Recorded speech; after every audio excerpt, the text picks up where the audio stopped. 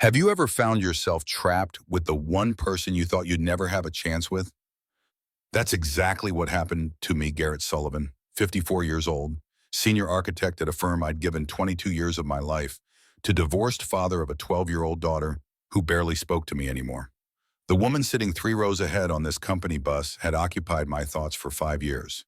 Victoria Ashford, department head, heiress to a real estate fortune worth $45 million. The ice queen they called her in whispered conversations around the water cooler. And for 5 years, I'd convinced myself that admiring her from a safe distance was enough. The bus climbed higher into the Colorado Rockies, December cold seeping through the windows, despite the struggling heater. Outside Telluride, the peaks wore fresh snow like wedding veils. Inside, 18 employees from Ashford and Partners, architectural design, tried to pretend this mandatory team-building retreat wasn't cutting into their holiday shopping time. Victoria sat perfectly straight in her seat, dark hair pulled back in a knot that probably cost more to style than my monthly car payment. Charcoal wool coat, cashmere scarf in deep burgundy. Even from behind, she radiated the kind of composure that made grown men nervous in elevator rides. I'd watched her fire a junior partner last spring with the same calm expression she wore ordering coffee. The radio crackled. The driver adjusted the volume and static filled the space between conversations.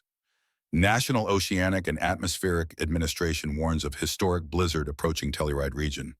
Expected snowfall 18 to 30 inches. Roads may close within hours. Residents advised to.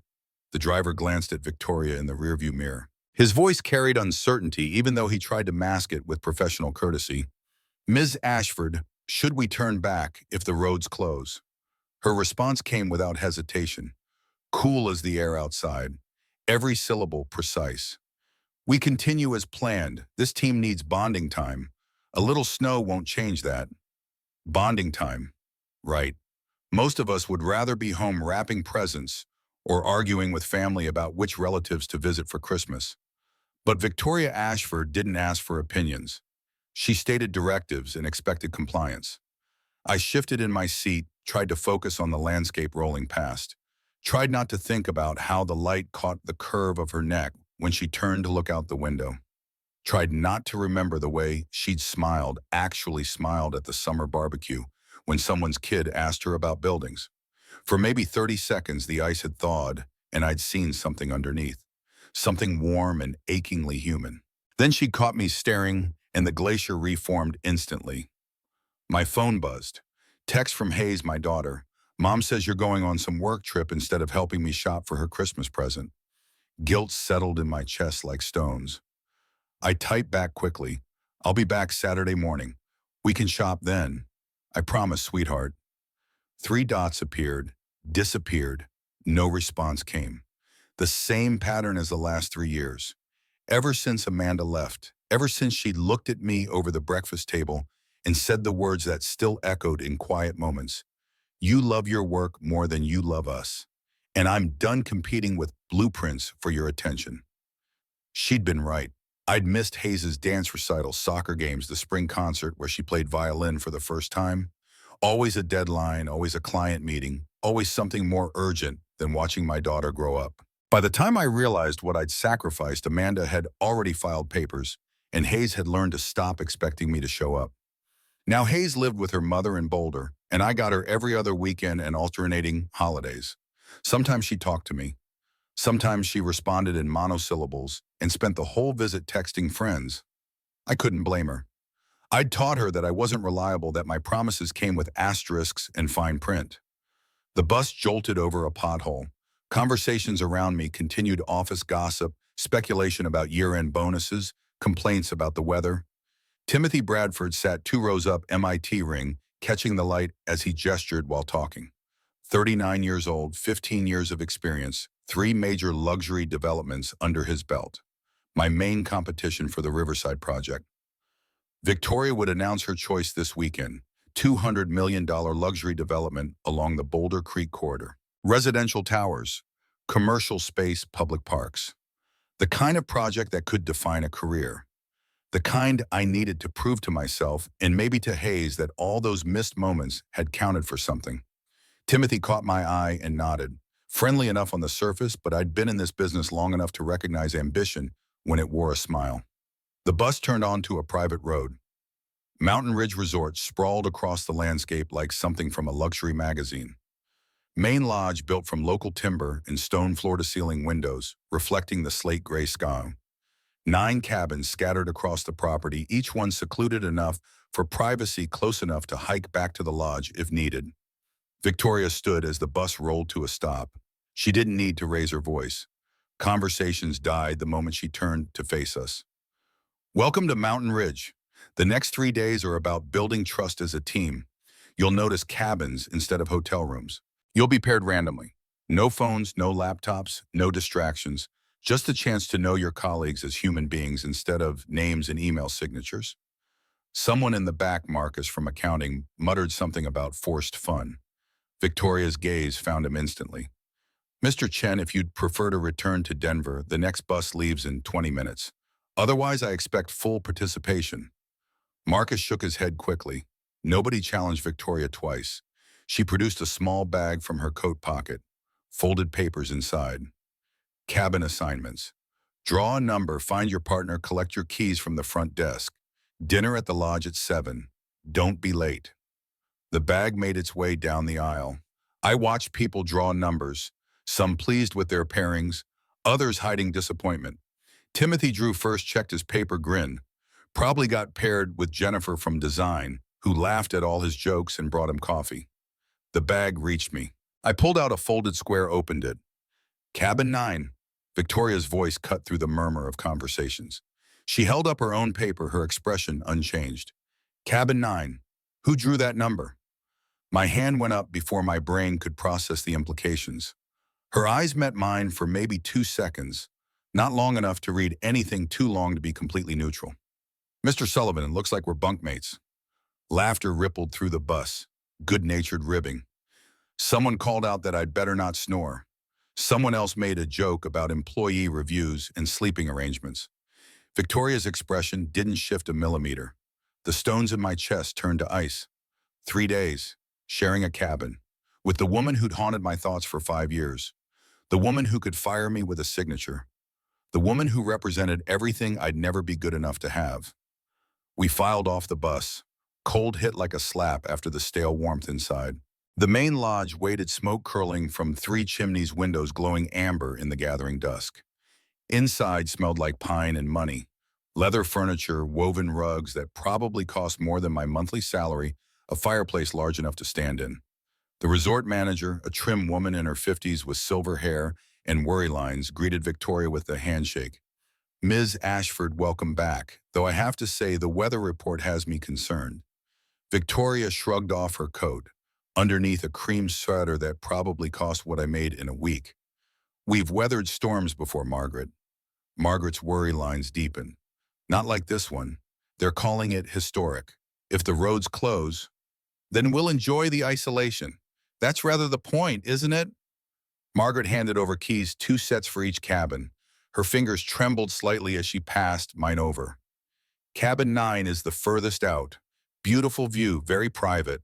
But if the weather turns bad, it might be difficult to get back to the lodge. There's a radio for emergencies, firewood in the shed, supplies in the kitchen. Cell service can be spotty up there.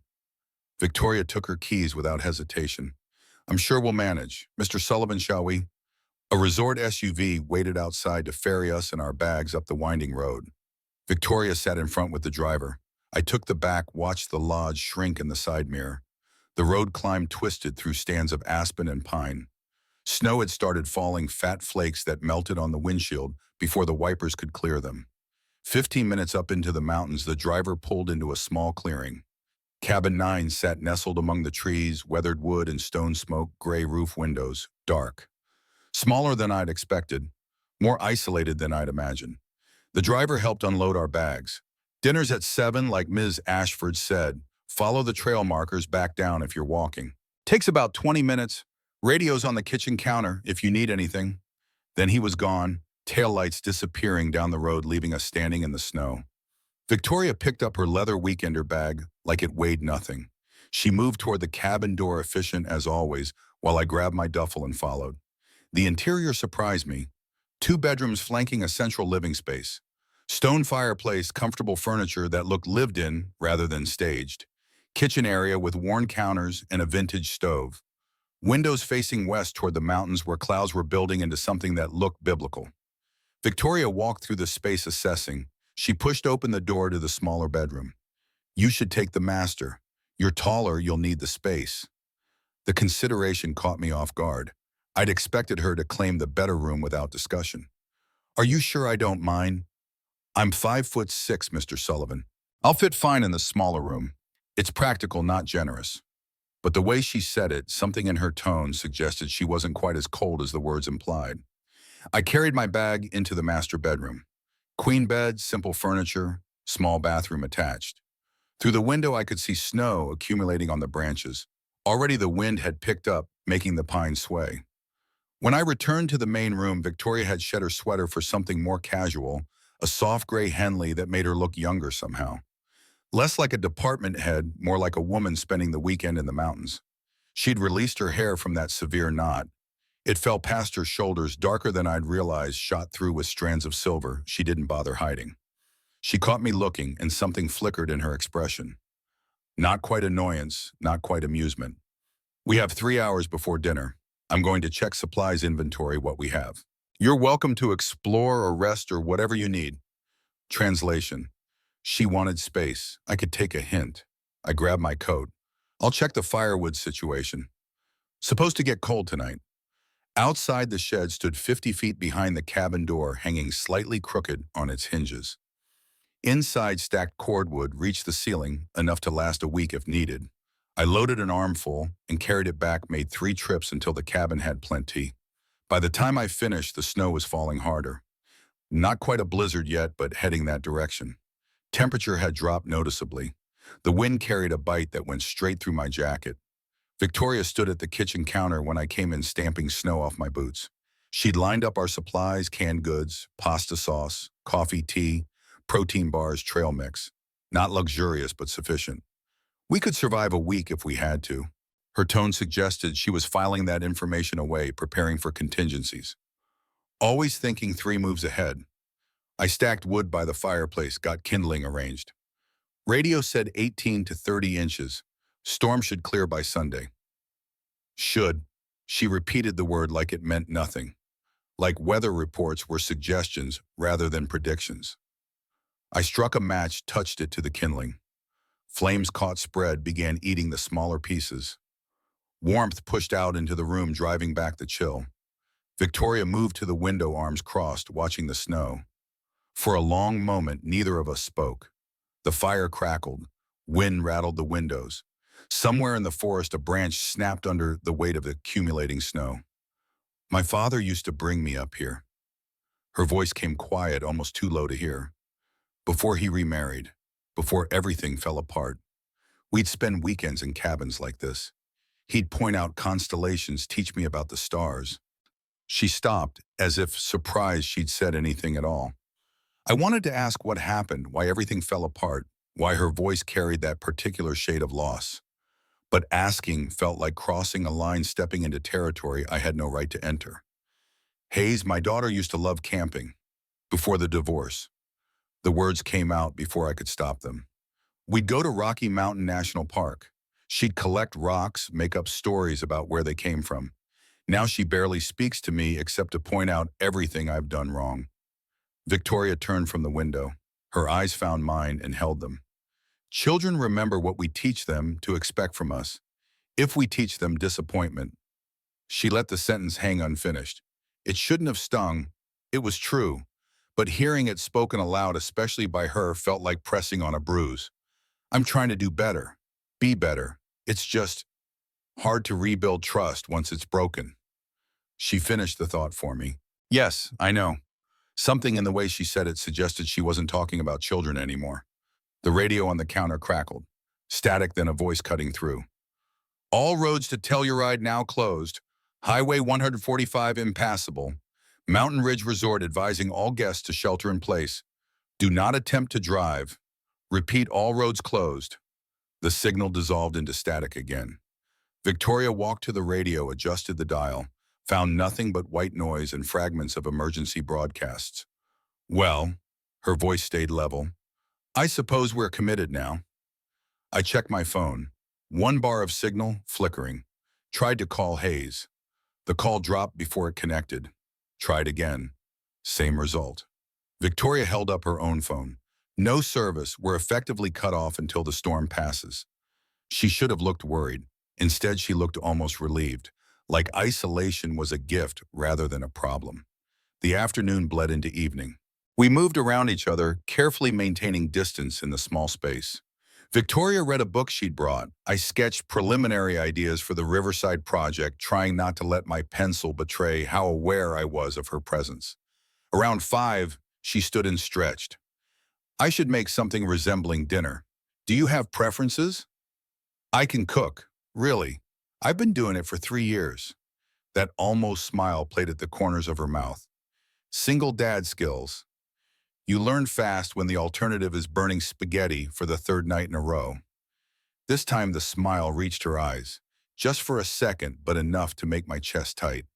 We cooked together in the small kitchen. Nothing fancy pasta with canned sauce, garlic bread from frozen. But moving around each other, handing off utensils, working toward a shared goal felt comfortable in a way I hadn't expected, like we'd done this before in another life. Dinner at the small table. Wind howled outside, snow piling against the windows. The cabin felt smaller as darkness fell, the world contracting to firelight and shadows. Victoria ate slowly, methodically, not enjoying exactly, but not merely refueling either. She looked at her plate like she was solving an equation. When I took over the department, half the partners thought I'd gotten the position because of my last name. Her fork paused halfway to her mouth. My grandfather founded the firm 60 years ago, built it from nothing. My father nearly destroyed it through bad investments and worse judgment. I spent 10 years rebuilding what he'd broken, and they still whisper that I'm only here because of family connections. I set down my own fork. Your Riverside proposal is brilliant. Anyone with eyes can see that. The sustainable materials, the public spaces, the way you've integrated green technology without sacrificing aesthetics. That's not family connections. That's vision. She looked up, met my gaze straight on. You've read the proposal. 3 times. It's the kind of project that changes how people think about urban development. Something shifted in her expression. Surprise, maybe, or something more complicated. Most people don't look past the dollar amount. 200 million sounds impressive. They don't see the work underneath. Then most people are idiots. The laugh that escaped her sounded rusty, like it hadn't been used in a while. Careful, Mr. Sullivan. Some of those idiots sign your paychecks.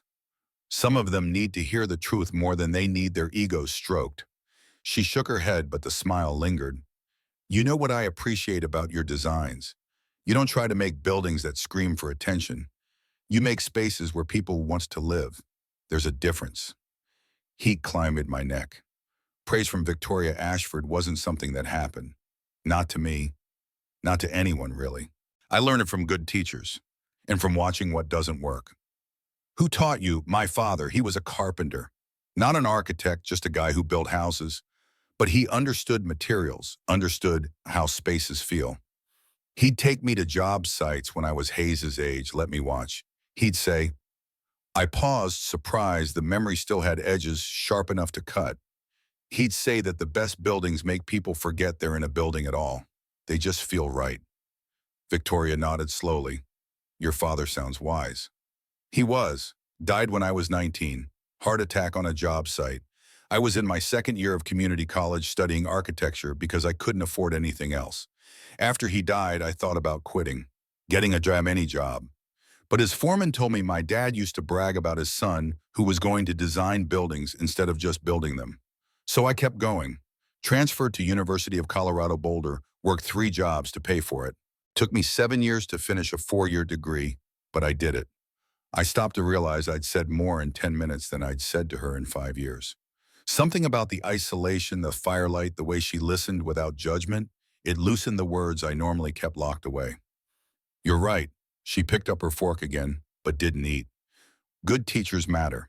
My grandfather taught me that architecture is about legacy, not personal legacy, although he certainly built that, but the legacy we leave for communities. The spaces we create shape how people live for generations. That's responsibility. That's weight. And if you're not carrying that weight, you're not really designing. You're just drawing pretty pictures. Outside, the wind screamed. The cabin shuddered but held. Snow piled higher against the windows, blocking out what little light the moon might have provided. I started clearing dishes. Victoria moved to help. Our hands brushed, reaching for the same plate. She pulled back like she'd touched fire. Sorry. No, sorry. We finished cleaning in silence that felt louder than conversation. By 8 o'clock, the temperature in the cabin had dropped despite the fire. I added more wood, stacked it carefully to maximize heat. Victoria wrapped herself in a thick blanket, curled into the corner of the sofa. I hate cold. Her voice came small, almost vulnerable. Always have. When my father worked late, which was always, I'd be alone in that huge house. 14 rooms, and I'd huddle in one, trying to stay warm. The housekeepers went home at 6, so it was just me and all that empty space. The image hit me wrong at a child alone in a mansion, surrounded by wealth, but starving for warmth. What about friends, sleepovers? She laughed, but it sounded hollow. Friends were complicated. Everyone wanted to be my friend because of the money, or they resented me for having it. I learned early that isolation was safer than friendship. That's not living, that's just existing. Her eyes found mine across the room. Sometimes existing is all you can manage. I wanted to argue, wanted to tell her that she deserved more than isolation and cold rooms, improving herself to people who would never see past her last name. But what right did I have? I'd isolated myself too, not in mansions, but in work. Choosing projects over people until the people I loved gave up waiting. The fire popped. Sparks danced up the chimney. The wind drove snow against the windows with a sound like thrown sand. Mr. Sullivan. Garrett, please. Mr. Sullivan makes me feel like we're in a performance review. The corner of her mouth lifted. Garrett, then, and you can call me Victoria, at least when we're trapped in snowstorms together. Deal. She pulled the blanket tighter. I'm going to attempt sleep. Morning will come whether we're ready or not. She stood hesitated. Thank you. For dinner. For conversation. For not, she stopped certain again. For treating me like a person instead of a balance sheet. Before I could respond, she disappeared into her bedroom door, clicking shut softly. I sat by the fire for another hour watching flames consume wood, turning substance into heat and ash. Thinking about Victoria alone in a 14-room house. About Hayes growing up thinking her father cared more about blueprints than her piano recitals. About all the ways we fail the people who need us most. Eventually, I retreated to my own room, climbed into bed still wearing most of my clothes. The cold had teeth now biting through blankets and walls.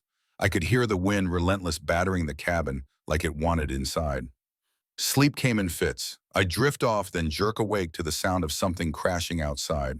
A branch breaking, ice sliding off the roof, the whole cabin groaning under the assault.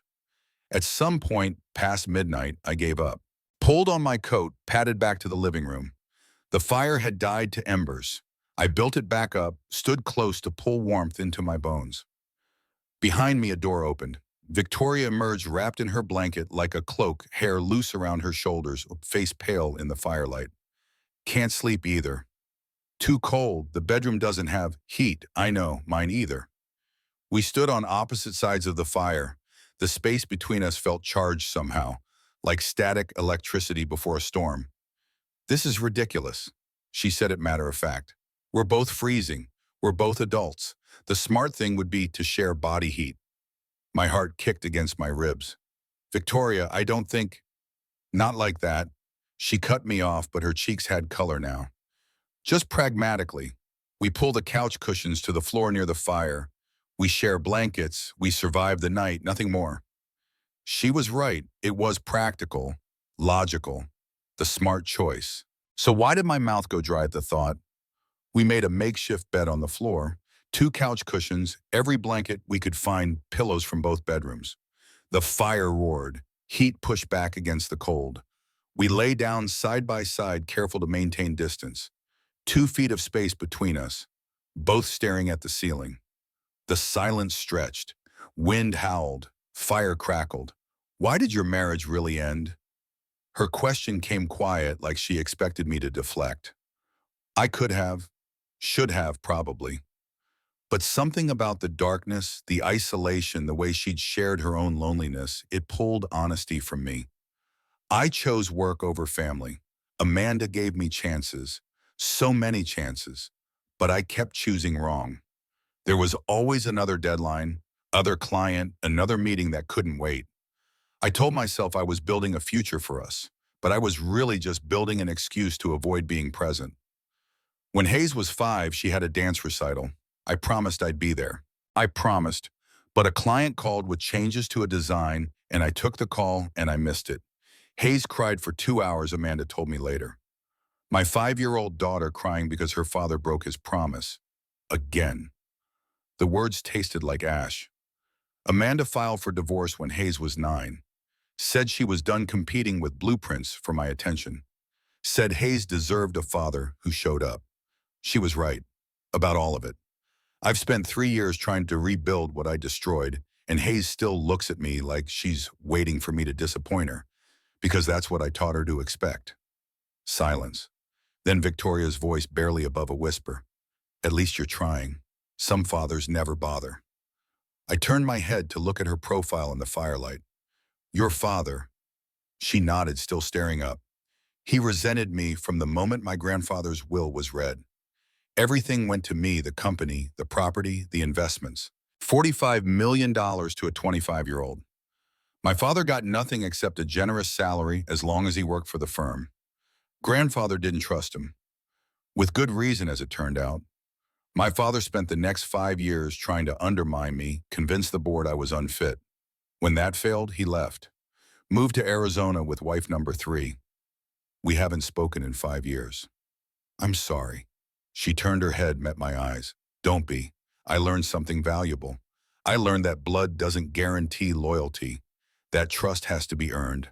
That love, real love, is choice, not obligation. The way she said love, like she was testing the weight of the word, made something ache in my chest. Is that why you never married? Because trust is too hard. I was engaged once. Her voice went even quieter. 10 years ago, Dominic Rothschild, old money, good connections, everything my grandfather would have wanted for me. We were planning a June wedding. Big affair, 300 guests, all the right people. She stopped. I waited. 3 days before the wedding, I went to his apartment to drop off some paperwork. Found him with my executive assistant, in bed, laughing about how easy it had been to convince me he loved me. How after the wedding he'd have access to my trust fund, my inheritance, everything. They didn't even notice me standing in the doorway at first. Anger flashed hot and quick in my chest. What did you do? Called off the wedding, fired the assistant, told Dominic that if he ever contacted me again, I'd make sure every firm in the city knew exactly what kind of man he was. Then I went home and cried for 3 days. After that, I built walls, high ones, thick ones, because the alternative was letting people close enough to destroy me again. She rolled onto her side, facing me now. So, yes, Garrett, trust is too hard. Or it was. Until... She stopped herself, bit her lip. Until what? Until tonight. Until I sat across from you at dinner and realized I've been watching you for 3 years. Not as a supervisor watching an employee, as a woman watching a man who makes buildings that feel like home, who talks about his daughter with guilt and love tangled together, who quotes his carpenter father and doesn't try to impress anyone with credentials or connections, she exhaled slowly, who just seems real. In a world where everyone's performing all the time, you seem real. My breath caught. Victoria, I'm just a guy who failed at marriage and disappoints his kid and can't quite figure out how to be better. You're a man who keeps trying. That's not nothing. That's everything. The space between us had shrunk. I didn't remember moving closer, but now I could see gold flecks in her eyes, could count the fine lines at the corners that spoke of years holding everything together alone. I need to tell you something. Her voice wavered. And it's probably inappropriate and definitely unprofessional, and I should probably keep it to myself, but I'm so tired of keeping things to myself. Tell me. For 3 years, I've been assigning myself as lead reviewer on all your projects. Not because you need oversight, Not because your work isn't excellent, but because reviewing your designs gave me an excuse to spend time thinking about you, to study how your mind works, to pretend just for a few hours that we were collaborating instead of me judging you. The confession hit like a physical blow. You what? I know, it's pathetic, the Ice Queen nursing a crush like some teenager. But every time you submitted a proposal, I'd clear my schedule, pour coffee, sit with your designs for hours, not critiquing, just appreciating. The way you think about space, about light, about how people move through buildings. She stopped, looked away. You're the only person whose work still makes me feel something. My hand moved before my brain engaged. I reached across the small, spaced fingers, finding hers. Victoria, she looked back. Tears caught the firelight. For 5 years, I've told myself admiring you from a distance was enough. That watching you in meetings, listening to you critique projects, catching glimpses of the person underneath all that ice, that would be sufficient. I've built entire fantasies around 30-second conversations by the coffee machine. Memorize the way you tap your pen when you're thinking. Notice that you only wear your hair down when you've been working too hard and forget to put it up. I've been in love with the idea of you for so long, I forgot it was just an idea until tonight. Her fingers tightened around mine. What changed tonight? You became real. Not my boss, not the Ice Queen, not some untouchable thing I could safely worship from far away. You became Victoria, who hates cold and spent childhood alone in a mansion and got betrayed by someone who should have loved you and built walls so high no one could hurt you again. You became someone I could actually love instead of just fantasize about. Silence. Just our breathing and the fire and the storm. Then she moved, closed the distance between us. Her hand came up to touch my face, fingers cold against my skin. We shouldn't. There are policies. I'm your superior. This could cost us. I covered her hand with mine. I know, and tomorrow in daylight we can be smart and professional and pretend this didn't happen. But right now, in this moment, I don't care about policies or careers or what happens when the storm ends. Right now, all I care about is that you're real and you're here and you're looking at me like maybe I'm not crazy for feeling this way. You're not crazy.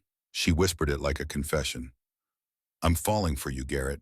Have been for 3 years. And I hate it because it's terrifying and inappropriate and everything I swore I'd never risk again. But I can't. I don't want to. I kissed her. Or she kissed me. Or we met somewhere in the middle, the question of who moved first dissolving into the fact of contact. Her lips were cold at first, then warm. The kiss stayed gentle, tentative. Not passion, but something deeper, recognition maybe. Like two people finally admitting what they'd known all along. We pulled apart. Her eyes searched mine. We can't go further. Not here, not now, not until we figure out. I know, this is enough. This is more than I thought I'd ever have. She settled into my arms, head against my chest. I pulled blankets over us both. The fire warmed one side, she warmed the other. The storm raged outside, but inside felt safe. Tell me something true. She whispered it against my shoulder. About what? Anything, everything. Just talk to me. I've spent so many nights alone in silence. I want to hear your voice. So I talked. Told her about growing up in a 2-bedroom apartment in Aurora, about my father teaching me to measure twice and cut once, about my mother who died of cancer when I was 12, leaving my father to raise me alone, about meeting Amanda in college, thinking I'd found forever, slowly learning that forever requires more than good intentions. She talked too, about her mother dying when she was 8, about her grandfather who taught her that women had to work 3 times as hard to be taken half as seriously, about taking over the firm at 25 and spending 10 years proving she deserved it, about walking past happy families in restaurants and wondering what she'd traded away to build her career. Somewhere around 3 in the morning, I felt her breathing even out. Sleep had finally claimed her. I stayed awake longer, watching firelight play across her face, trying to memorize this moment before reality reclaimed it. Morning light filtered through the windows, weak and gray. I woke to the realization that we'd moved during sleep. Victoria's body fitted against mine, my arm draped over her waist, her hand covering mine where it rested at her ribs. intimate in a way that had nothing to do with sex and everything to do with vulnerability. I stayed still, not wanting to wake her, not wanting this moment to end. Her eyes opened. For 3 heartbeats, she looked confused. Then memory caught up. I watched emotions flicker across her face, embarrassment, uncertainty, something that might have been joy. Good morning. I kept my voice low. Good morning. She didn't pull away. This is complicated, I know. I don't do complicated, Garrett. I do clearly defined parameters and professional boundaries, and yet here we are. She exhaled, slowly turned in my arms to face me. Here we are. A pause. I should check the radio, see if the roads are clear. Probably. Neither of us moved. This can't happen at the office, you understand that, right? The moment we're back in Denver, I'm your supervisor again. Nothing can change. The board would... I understand, we'll figure it out later. But right now, can we have this morning before everything gets complicated again? She nodded. Rose carefully wrapped herself in a blanket, moved to the kitchen and switched on the radio. Static. Then a voice crackling through. Storm intensifying, all roads remain closed. Mountain Ridge Resort reporting all guests safe and sheltered. Additional snowfall expected through Friday night. Rescue operations postponed until Saturday at earliest. She turned the volume down. We're stuck at least another day, maybe 2. She should have looked worried, frustrated. Instead, something like relief crossed her face. I should make coffee. She moved toward the kitchen blanket trailing behind her. Unless you want to handle that, I've got it. You built the fire last night. Fair's fair. I got the coffee started instant from supplies, nothing fancy. Found a pan and made scrambled eggs from powdered mix. Toast from bread that was starting to go stale. Not impressive, but hot and edible. We ate in comfortable silence. The awkwardness from waking up together had faded, replaced by something easier. Domestic almost. What's the first thing you'll do when we get back to civilization? She asked it while spreading jam on toast. Call Hayes. Make sure she knows I'm okay. She worries even if she pretends she doesn't. Victoria's expression softened. She's lucky to have a father who thinks about her first. I haven't always. That's the problem. But you do now. That counts for something. I wanted to ask what she'd do first, who she'd call, if anyone worried about her when she went silent for days. But the question felt too invasive, too much like highlighting the loneliness she'd confessed last night. After breakfast, we cleaned up, moved around each other, easily passing dishes, working in tandem. The storm outside showed no signs of letting up. Snow had buried the windows nearly halfway. The world had contracted to this cabin, this space, this strange pocket of time. I have cards. Victoria produced a worn deck from her bag. My grandfather taught me poker when I was 10. Said a woman in business needed to know when to hold and when to fold. We played for hours, nothing at stake except pride. She won more hands than she lost, but I held my own. Between deals we talked about architecture, about books we'd read, about places we'd traveled or wanted to visit. The conversation flowed easy, no forced small talk, just 2 people discovering they had more in common than job titles suggested. Around 2 in the afternoon, Victoria set down her cards. I want to show you something. She disappeared into her bedroom, returned with a worn leather portfolio. She hesitated, then sat beside me on the couch. Opened the portfolio carefully. Inside were sketches, dozens of them. Residential designs mostly. Small houses with clean lines and clever use of space. Cabins that seemed to grow from their landscapes. Beach houses with walls of glass. Mountain retreats built from local stone. These are incredible. I turned pages, slowly studying each drawing. Why aren't you designing anymore? Department heads manage. They don't create. Says who? The board, my father before he left. Every partner who thinks my job is to review budgets and keep projects on schedule.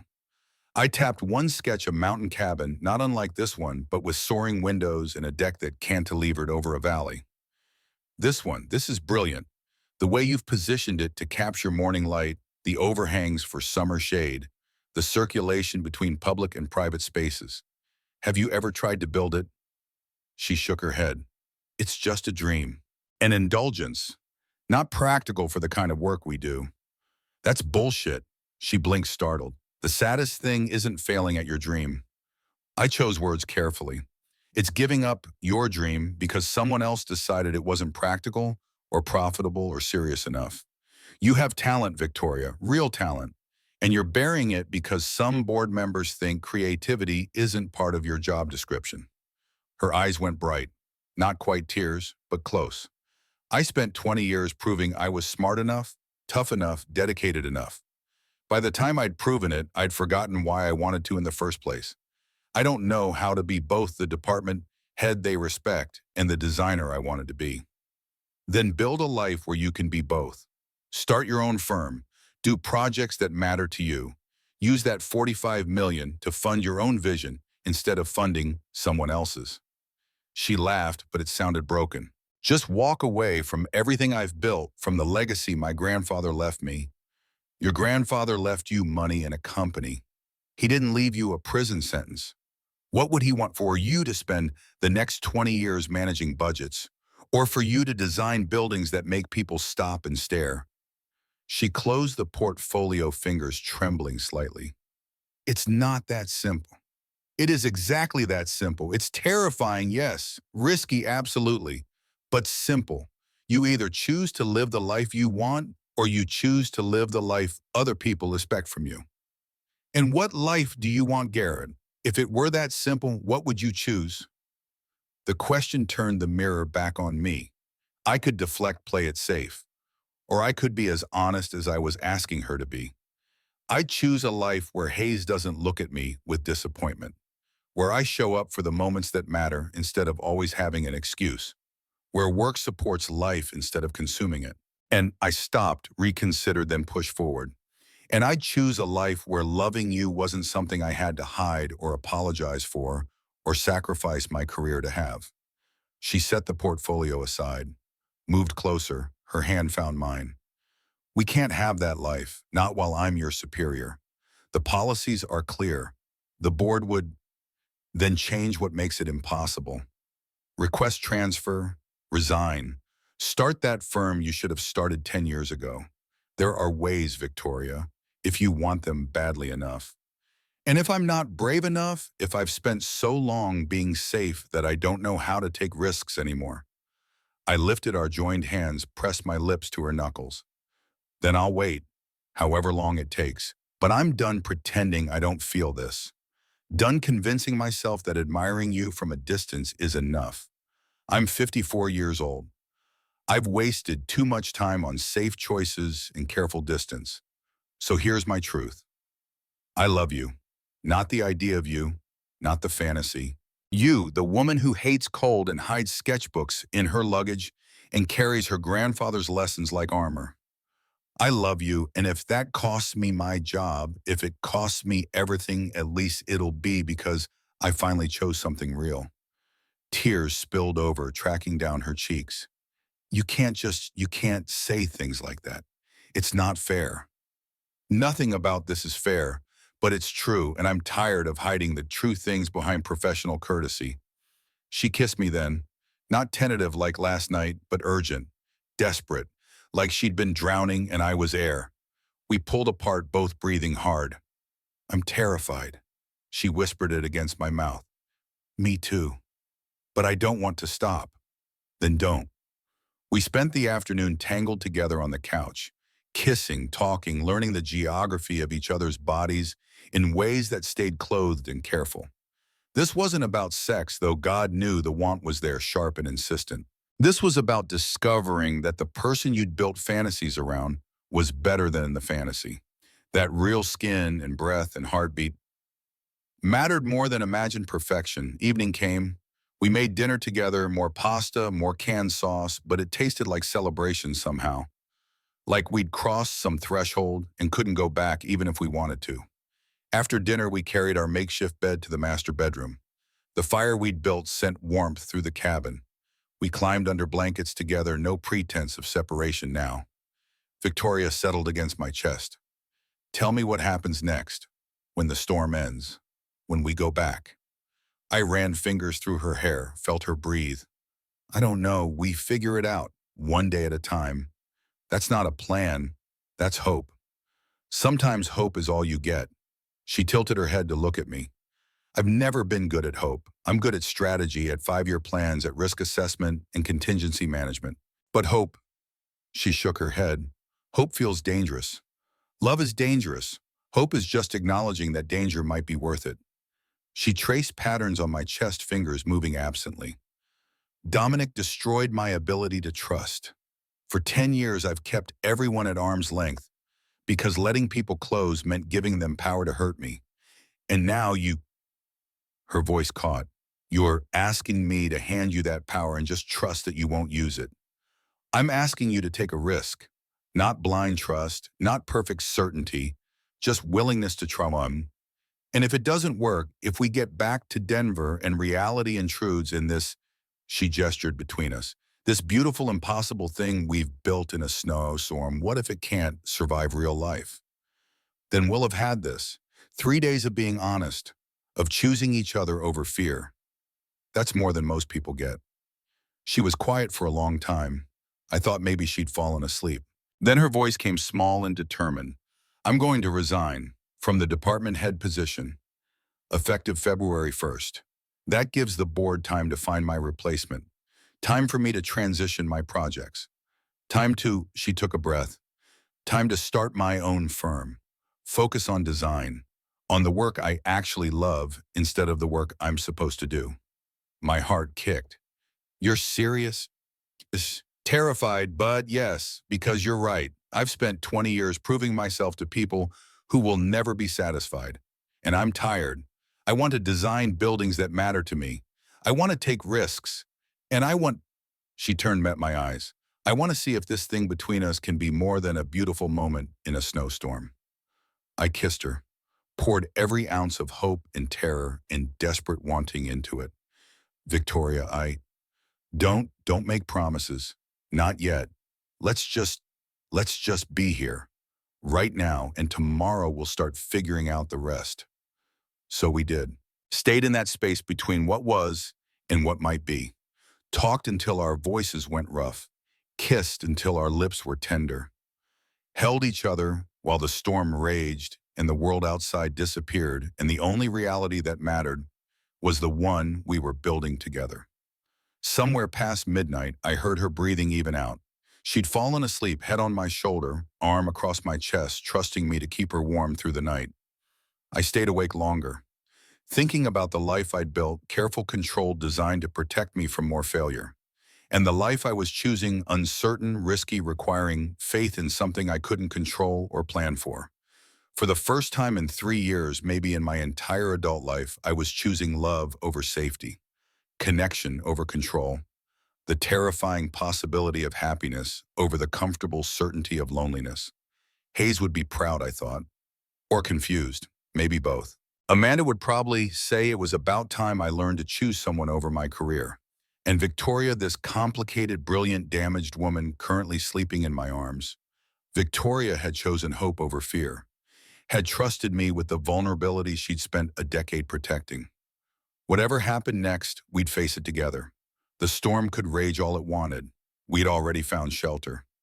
Morning came gray and cold. I woke to Victoria propped on one elbow watching me.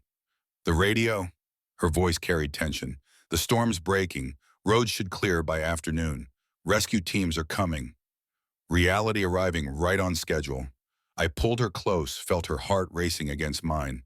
We knew this was coming. Knowing doesn't make it easier. No, but it doesn't make what we decided any less true. She nodded, but uncertainty clouded her eyes. When we get back, when we're surrounded by colleagues and expectations and all the reasons this is complicated, I'll remember this, you, the way you look right now, and I'll wait for you to be ready to make it real outside these walls. I'm not good at waiting. Then don't make me wait long. She kissed me, soft and sweet and tasting like goodbye. The helicopter came at noon. We packed silently, erasing evidence of what had happened here. The makeshift bed disappeared back into couch cushions. The sketchbook returned to her bag. The man who'd fallen in love and the woman who'd chosen hope retreated behind professional masks. At the door, she paused. Garrett. Yeah. Thank you for seeing me, not the Ice Queen or the department head, or the trust fund. Just me. Thank you for letting me. The helicopter ride took 20 minutes. Victoria sat across from me, maintaining careful distance. Professional, appropriate, like the last 3 days hadn't happened. But when the pilot turned to adjust instruments, her foot brushed mine. Deliberate, brief, a reminder that underneath the masks, we were still real. At the lodge, our colleagues greeted us with relief and curiosity. Questions about the storm, the isolation, how we'd managed. Fine. Victoria's voice carried that familiar chill. Mr. Sullivan and I are both professionals. We managed perfectly well. Timothy Bradford stood near the fire, watching us with eyes too sharp. I saw him notice the way Victoria's gaze lingered on me for half a second too long. Saw him file that information away. Later, as the bus wound down from the mountains, Timothy leaned across the aisle. Quite the adventure, huh? Being stuck with I'll start with the boss. I kept my voice neutral. Could have been worse. Right. He smiled, but it didn't reach his eyes. Could have been worse. He knew, maybe not details, but enough. And just like that, the complications began. December 18th marked my return to the ordinary world. The office occupied 3 floors of a glass tower in downtown Denver, all clean lines and expensive furniture chosen to impress clients. I'd walked these halls for 5 years, but now everything felt different. The conference room where Victoria had once praised my work on the Morrison Project. The elevator where we'd stood in silence dozens of times, both pretending we weren't hyper-aware of breathing the same air. The coffee station where I'd memorized how she took her coffee, black, no sugar, always in the same blue mug. My desk hadn't changed. Projects waited in neat stacks, emails demanded responses, voicemails blinked accusingly. The world had continued spinning while I'd been trapped in a snowstorm, falling in love with a woman I couldn't have. Victoria's office door stayed closed all morning. I forced myself not to stare at it, not to invent excuses to walk past. Professional distance. The agreement we'd made before the helicopter lifted us away from the cabin. Lunchtime, my phone buzzed. Unknown number. The text arrived encrypted, careful. Bluebird Cafe. Tomorrow, 6 a.m. Come alone. No signature needed.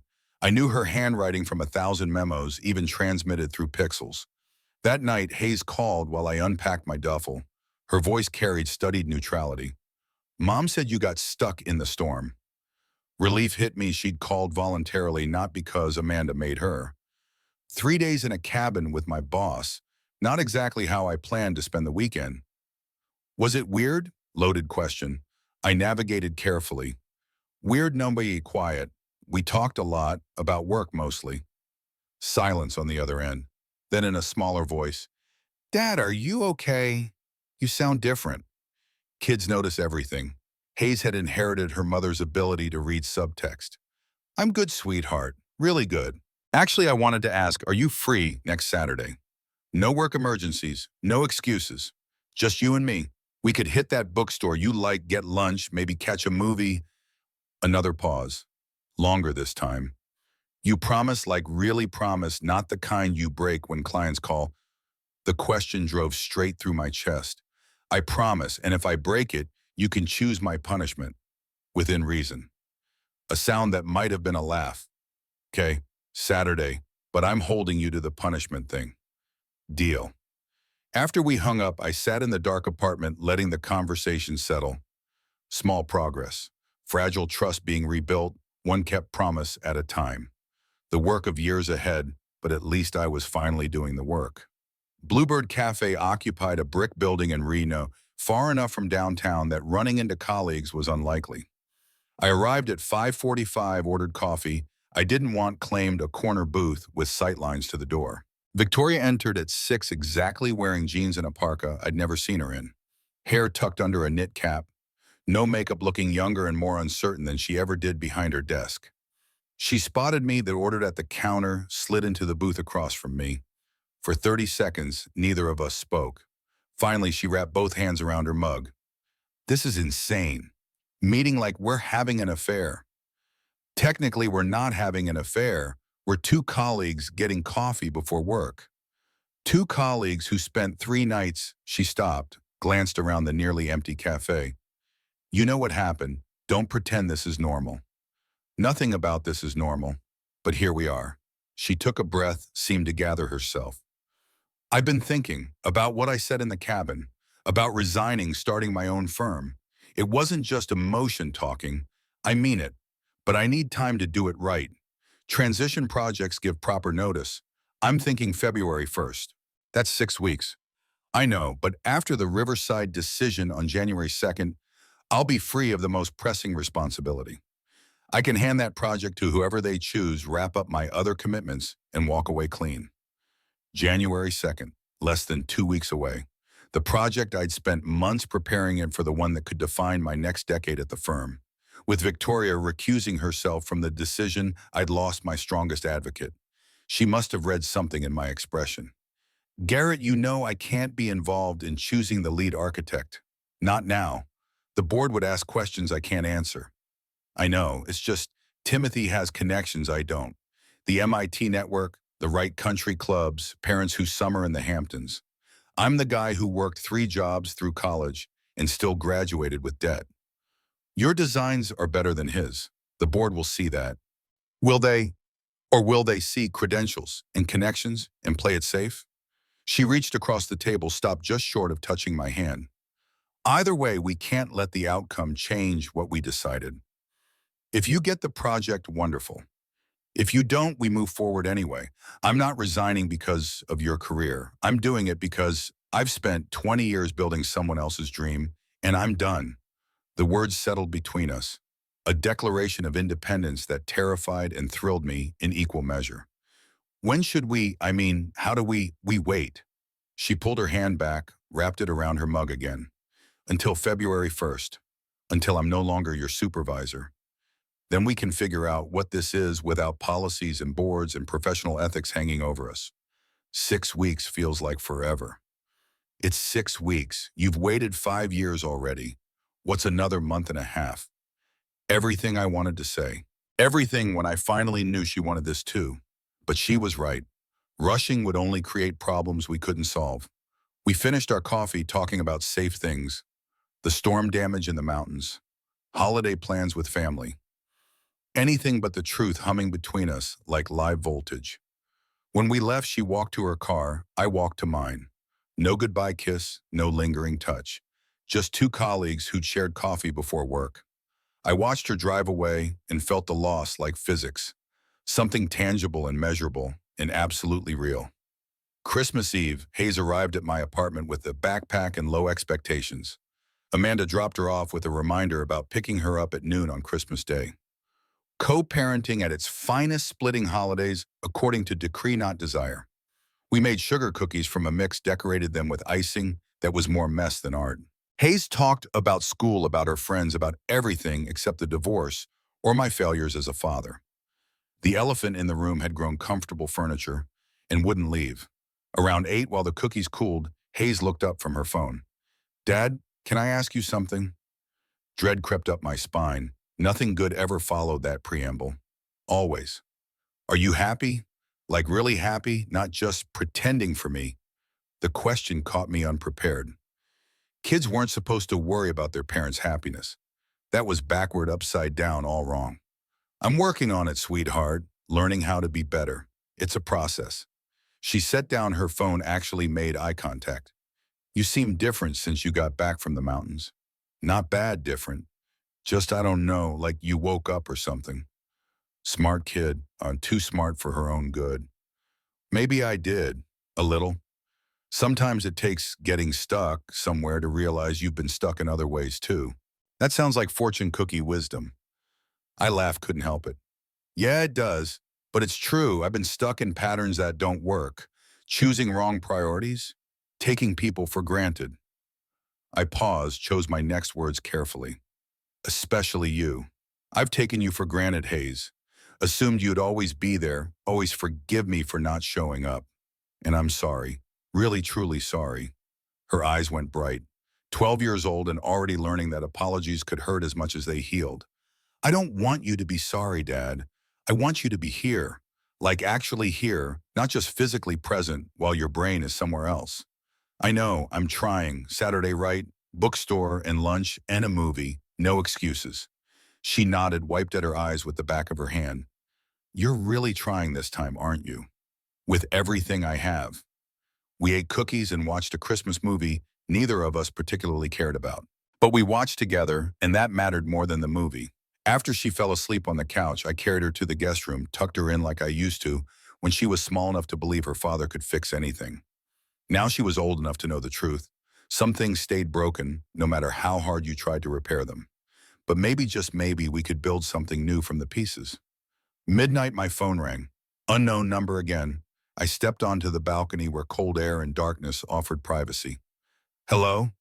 It's me. Victoria's voice carried a quality I'd never heard in it before, something fragile and lost. I'm sorry to call so late. I didn't know who else. What's wrong? Nothing. Everything. It's stupid. A shaky breath. I'm sitting in my apartment alone on Christmas Eve drinking wine I can't taste, and I realized I hate holidays. Have always hated them. All that forced cheer and family togetherness just highlights how empty my life is. Victoria, I have money, I have success, I have a penthouse apartment with a view that costs more than most people's houses. But I'm 48 years old and I'm spending Christmas alone because I don't have family that wants me around or friends who aren't really employees in disguise. I pressed the phone closer, wished I could reach through it somehow. You're not alone, not anymore. I'm here. You're with your daughter, where you should be. And you called me anyway, because you knew I'd answer. Because whatever this thing is between us, it means you're not alone, even when we're apart. Silence. Then so quiet I almost missed it. I'm scared, Garrett. Terrified. Because for the first time in a decade, I want something more than I want safety. And wanting things means they can be taken away. Then we'll be scared together. 6 weeks, remember February 1st. And then we'll figure out how to build something that can't be taken away. You can't promise that. No, but I can promise I'll try. And I can promise that next Christmas, you won't be alone unless you choose to be. She laughed, watery and rough. That's a long time from now. Then consider it motivation to make it to February 1st without running away. I don't run away. I strategically retreat. Call it whatever you want. Just don't retreat from this. From us. We talked for another hour, about nothing important and everything essential. When we finally hung up, the apartment felt less empty, like her voice had filled spaces I hadn't noticed were hollow. January 2nd arrived with Denver's particular brand of winter cold and bright and merciless. The board meeting started at 9.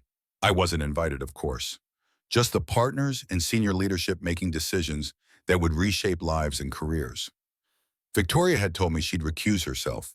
Let the board choose based on merit and experience and whatever other criteria rich men use to judge which architect got to build their vanity projects.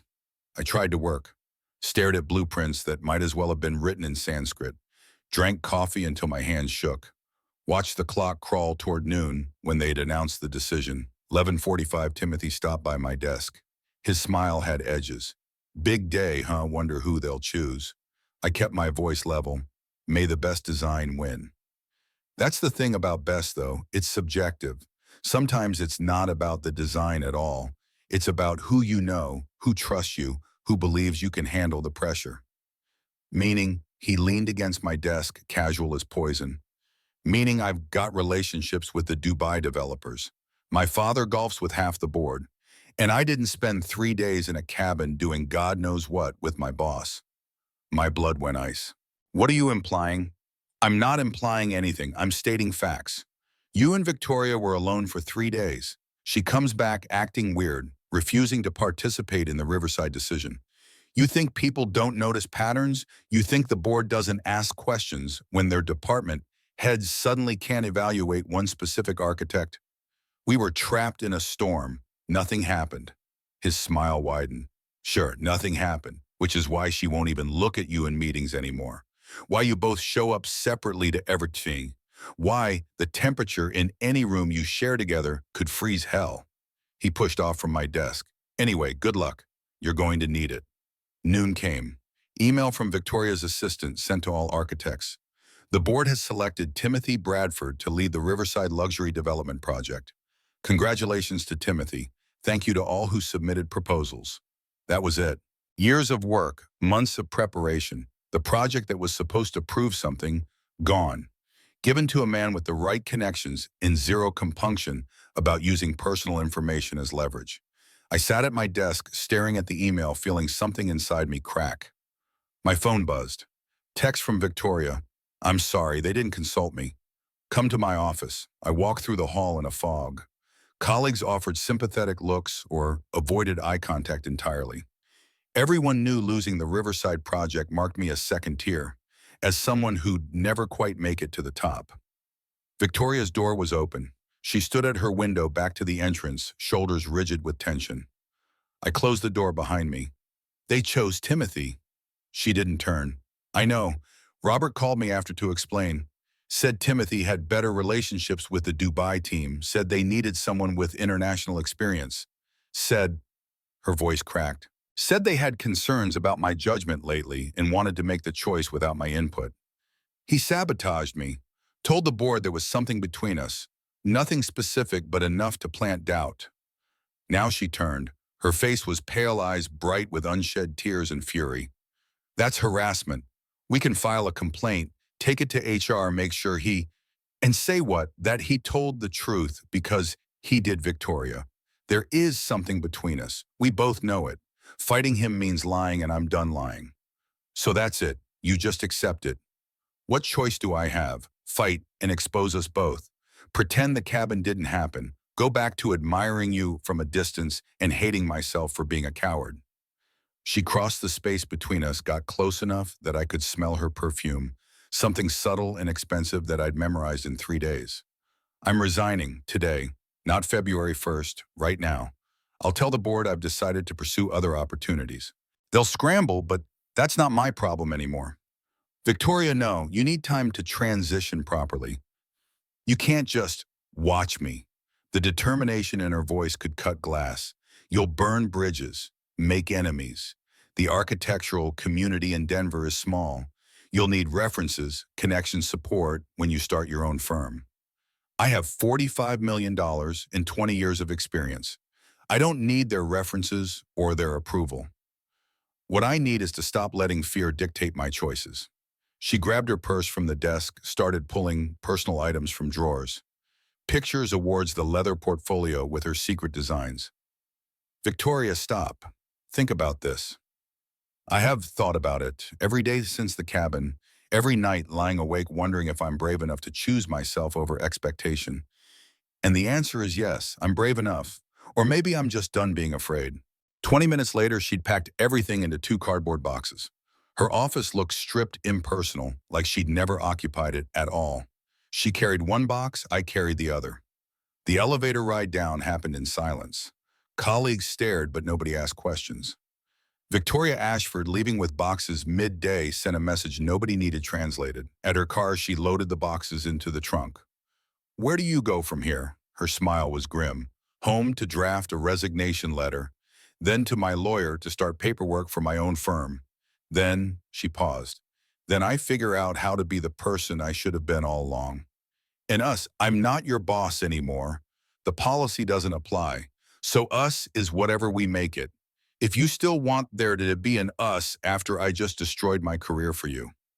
I pulled her close right there in the parking garage where anyone could see. I didn't ask you to destroy your career. No, you asked me to be brave. And this is what brave looks like for me. Terrifying and possibly stupid and absolutely necessary. She kissed me like she meant it, like consequences didn't matter anymore, because she'd already accepted them all. When she drove away, I stood in the garage feeling split between triumph and terror. She'd done it, actually done it, walked away from everything to make space for something new. Now I had to figure out what to do with the gift she'd given us. 3 days later, I submitted my own resignation. 2 weeks' notice, effective immediately. No drama, no accusations, just a quiet departure from a firm that had never quite felt like home anyway. Timothy found me cleaning out my desk. Running away, that's not very professional. I looked up at him, this man who'd sabotaged me out of jealousy or ambition or whatever motivated people to destroy others for personal gain. I'm not running, I'm choosing. There's a difference. Choosing what unemployment following Victoria like some lovesick puppy. choosing to build something real instead of competing for scraps from men who will never respect me anyway. But thanks for the concern. His expression shifted. Something like uncertainty flickered there. You're making a mistake. Starting over at 54 in this economy, you'll be back begging for your job in 6 months. Maybe, or maybe I'll build something better than anything I could have done here. Either way, it'll be mine, and that's worth the risk. I carried my box to the elevator, rode down one last time, walked out of the building into January cold that felt like freedom. My phone rang. Amanda's number. Hello. Hayes wants to talk to you now. She's upset and won't tell me why. Panic spiked. Put her on. Rustling, then Hayes's voice tear thick and furious. Dad, what did you do? What do you mean, sir? Mom showed me an article about Victoria Ashford resigning suddenly. About you leaving too. About Dad, people are saying things. That you had an affair with your boss. That you got her fired. That you're some kind of... Hayes, stop. Listen to me. None of that is true. Then what is true because something happened and you're leaving your mom and mom is freaking out, saying you're going through a midlife crisis and I don't know what to believe. The desperation in her voice broke something in me. Can you come over tonight? I'll explain everything. The truth, all of it. You deserve that. Mom won't let me. She says you are not stable right now. She says, Hayes's voice dropped to a whisper. She says she might file for full custody. That this proves you are not capable of being a good influence. The ground shifted beneath me. She can't do that. We have an agreement. She says agreements can change when circumstances change. Dad, I'm scared. Everything is falling apart, and I don't understand what's happening. I pressed my palm against my forehead, tried to think through rising panic. Nothing is falling apart, sweetheart. I'm making changes, yes. Big changes, but they're good changes. Healthy changes. Changes that will make me a better father. By quitting your job and dating your boss. By finally putting the people I love ahead of my career. By taking risks that terrify me because the alternative is living a half-life forever. By showing you that it's never too late to choose happiness over safety. She was quiet. I could hear her breathing, could picture her processing, trying to reconcile the father she knew with this stranger making reckless decisions. Is she worth it? This Victoria person, is she worth destroying everything for? The question demanded honesty. I'm not destroying everything. I'm building something new, and yes, she's worth it. But more than that, I'm worth it. The person I'm becoming, the father who shows up, who keeps promises, who doesn't hide behind work to avoid real connection, he's worth it. And I need you to trust me long enough to see that. What if I can't? What if Mom's right and you're just, I don't know, losing it? Then I'll prove you both wrong, one kept promise at a time. Starting with Saturday. Bookstore lunch movie. Remember, unless your mother won't let you come. She won't. She already said no. She says you're unstable and she needs to protect me from your bad decisions. Rage and helplessness warred in my chest. Then I'll talk to her. Work something out. But Hayes, I need you to know none of this is about loving you less. It's about learning to love better. Can you believe that? Even if you don't understand it yet. Long silence. Then so quiet I almost missed it. I want to, but I'm scared, Dad, of all the changes, of losing you even more than I already have. You're not losing me. You're getting more of me. The real me, I promise. After we hung up, I sat in my car staring at the phone, feeling everything I'd tried to build crumbling in real time. Amanda threatening custody, Hayes scared and confused, my career gone. Victoria's reputation damaged by association. Maybe Timothy was right. Maybe I was making the biggest mistake of my life. Or maybe this was what transformation looked like, messy and terrifying and absolutely necessary. January 18th. A Saturday, I woke to pounding on my apartment door. 9 in the morning, too early for anyone who meant well.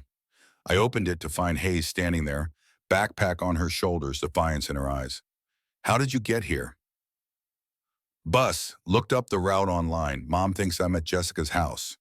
I pulled her inside, checked the hallway like Amanda might materialize. Hayes, you can't just, your mother is going to lose her mind. I don't care. I needed to see you, to understand what's happening. Because everyone's talking about you like you're crazy or having an affair or ruining your life. And I just want to know the truth. Not the version mom tells me or the version your colleagues gossip about. Your version. She dropped her backpack, crossed her arms, waited. I made coffee for me, hot chocolate for her. We sat at my small kitchen table, and I told her everything. The cabin, the storm, Victoria, not the intimate details, but the emotional truth. About being trapped with someone and discovering they were real, not just fantasy. About choosing love over fear for the first time in my adult life. About Victoria walking away from her career because she wanted to design instead of manage, wanted to build her own dream Diane instead of maintaining someone else's. Hayes listened without interrupting. When I finished, she stared into her mug. So you really love her. This isn't just, I don't know, old guy panic about aging. I really love her. And yes, it's terrifying. Yes, the timing is terrible. Yes, I'm risking everything. But Hayes, I've spent your whole life playing it safe and being miserable. I chose safe over happy for so long, I forgot they weren't the same thing. And I'm done. I'm choosing happy now, even if it's scary. She looked up. Does she love you back? She says she does. She quit her job to prove it. That's insane. Probably, but it's also brave. And I want you to see that sometimes the bravest thing is admitting you want something different than what you have. Hayes set down her mug, pulled her phone out. What's her address? What, Victoria? What's her address? I want to meet her. Hayes, you can't just... You said she's real, that she's not some fantasy or mistake. So prove it. Let me meet her. Let me decide if she's worth what you're giving up. The logic was pure 12-year-old, simple and impossible to argue with. She lives downtown, but you can't just show up at someone's apartment. Watch me. 30 minutes later, we stood in the lobby of Victoria's building. The doorman eyed Hayes with suspicion, a kid with a backpack, clearly too young to be visiting alone. Can I help you? Hayes stepped forward with confidence I hadn't taught her. I need to see Victoria Ashford. It's important. Ms. Ashford isn't expecting visitors. She'll want to see me. Tell her Hayes Sullivan is here. She'll understand. The doorman hesitated, then picked up his phone. Murmured conversation I couldn't hear. He hung up, surprise clear on his face. She says to send you up. 20th floor unit 2004. The elevator ride up felt like descending into cold water pressure, building oxygen thinning. Hayes stood beside me, radiating determination and barely suppressed nerves. The elevator opened directly into Victoria's apartment. Penthouse living, open floor plan, floor-to-ceiling windows overlooking Denver's skyline. And Victoria standing in the middle of it all, wearing jeans and an oversized sweater, hair in a messy bun, looking nothing like the Ice Queen from The Office. She looked at Hayes, then at me. Your daughter, I assume. Hayes stepped forward. I'm Hayes, and I came to tell you that you're messing up my dad's life. Victoria's eyebrows rose, but she didn't flinch. Everyone says he's having a midlife crisis, that he quit his job for you, that you're using him or he's using you or both of you are just, I don't know, being stupid. Hayes, I started, but Victoria held up a hand. No, let her talk. She has a right to be angry. Hayes's confidence wavered slightly, but she pushed forward. Are you real? Or is this just some fling that'll be over in a month and my dad will have given up everything for nothing? Victoria moved to her kitchen, pulled out 3 mugs. Hot chocolate, I have the good stuff. With real cocoa, not the powdered junk. Hayes blinked, thrown by the casual response. I guess. While Victoria made drinks, she talked. Your father has told me about you. How smart you are. How you play violin. How you collect rocks and make up stories about them. How he spent 3 years trying to earn back your trust after choosing work over you too many times. She handed Hayes a mug, then me. Am I real? Yes. Am I perfect? God, no. I'm 48 years old and I've spent most of my life alone because I was too scared to let anyone close. Your father is the first person in a decade who's made me want to try. Is it a midlife crisis? Maybe. But it's also the first time I've felt alive in 20 years. Hayes sipped her chocolate, considering. My dad says you quit your job because you wanted to design buildings instead of just managing people. That's true. I've been running my grandfather's company for 20 years, proving myself to people who never thought I belonged there. And I'm tired. I want to create things. I want to take risks. She paused, looked at me. I want to build a life that's mine, not one I inherited or one people expect me to have. So my dad is part of that life. If he wants to be, if you'll let him be. Hayes turned to me. Do you want to be? The question held more weight than 12 years should carry. More than anything. Even if it means mom gets mad, even if custody stuff gets messy, even if I'm mad sometimes because this is all confusing and scary, even then, because the alternative is pretending nothing changed, and everything changed. Hayes. In that cabin in 3 days, I finally understood that the life I was living wasn't the life I wanted. And I'm done settling for comfortable misery when I could have scary happiness. Hayes looked between us. The weight of judgment in her eyes felt crushing. You really love him? She asked Victoria directly. I do, even though it's terrifying. Even though I spent 10 years telling myself I'd never risk this again. Even though loving someone means they could hurt you worse than anyone else. Yes, I love him. And you, ooh, she turned to me. You're not going to mess this up like you messed up with mom. You're not going to choose work over everything again. I can't promise I'll be perfect, but I can promise I'll try, and I can promise that you come first. Before work, before Victoria, before anything. You're my daughter. That doesn't change no matter what else does. Hayes stood there, mug in both hands, processing. Then she did something I didn't expect. She started crying, not quiet tears, full sobs that shook her whole body. Victoria moved first, wrapped arms around Hayes before I could react. Hey, it's okay. Whatever you're feeling, it's okay. Hayes's words came muffled against Victoria's sweater. I was so scared that Dad would forget about me if he fell in love with someone else, that I'd lose him even more than I already have, that I'd have to share him and there wouldn't be enough Dad to go around. Victoria held her, looked at me over Hayes's head with eyes that said, handle this. I knelt down to Hayes's level. Sweetheart, listen to me. Love doesn't divide. It multiplies. Loving Victoria doesn't mean loving you less. It means I have more love to give because I'm finally learning how to be happy, and happy people make better fathers. Okay. She pulled back from Victoria, wiped her face with her sleeve. You promise, really, truly promise you are not going to forget about me. I promise. Cross my heart and hope to die. That's baby stuff. Then how about this? Every Saturday is ours, you and me, no matter what. Victoria can join if you want, but it's your choice, always your choice. Hayes looked at Victoria. Would you really be okay with that? Sharing him, Victoria smiled and it transformed her face into something warm and genuine. Hayes, I don't want to replace your mother or compete for your father. I just want to be, if you'll let me, someone who cares about both of you. Someone who shows up. Someone who doesn't make promises she can't keep. Can you build things like actually build with your hands? The question seemed random, but Victoria rolled with it. I can design buildings. I'm pretty useless with actual construction, but I can draw things. Why? Because Dad and I used to build stuff together before the divorce, and I miss it. And if you're going to be around, you should probably know how to build things. I watched Victoria's expression soften, watched her recognize the olive branch being extended. I'd like that, learning to build things with you, both of you. My phone buzzed, Amanda's number. I'd forgotten Hayes was supposed to be at Jessica's house. I answered. Garrett, where is Hayes? Jessica's mom just called saying Hayes never showed up and she's with me. She's safe. She's what? How did you take her? Did you violate custody too? Amanda, stop. She came here on her own, took the bus because she needed answers I couldn't give her over the phone. The bus, she's 12 years old. Anything could have happened. I'm calling my lawyer right now and Victoria plucked the phone from my hand. Mrs. Sullivan, this is Victoria Ashford. I understand you're upset, but Hayes is safe. She's been here with your ex-husband and me for the past hour, asking very intelligent questions about our relationship and her father's recent choices.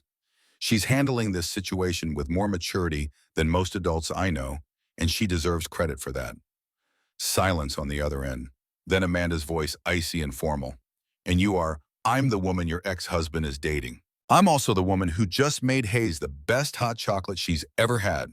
Her words, not mine, and who's been having a very honest conversation about what changes mean and how families adapt.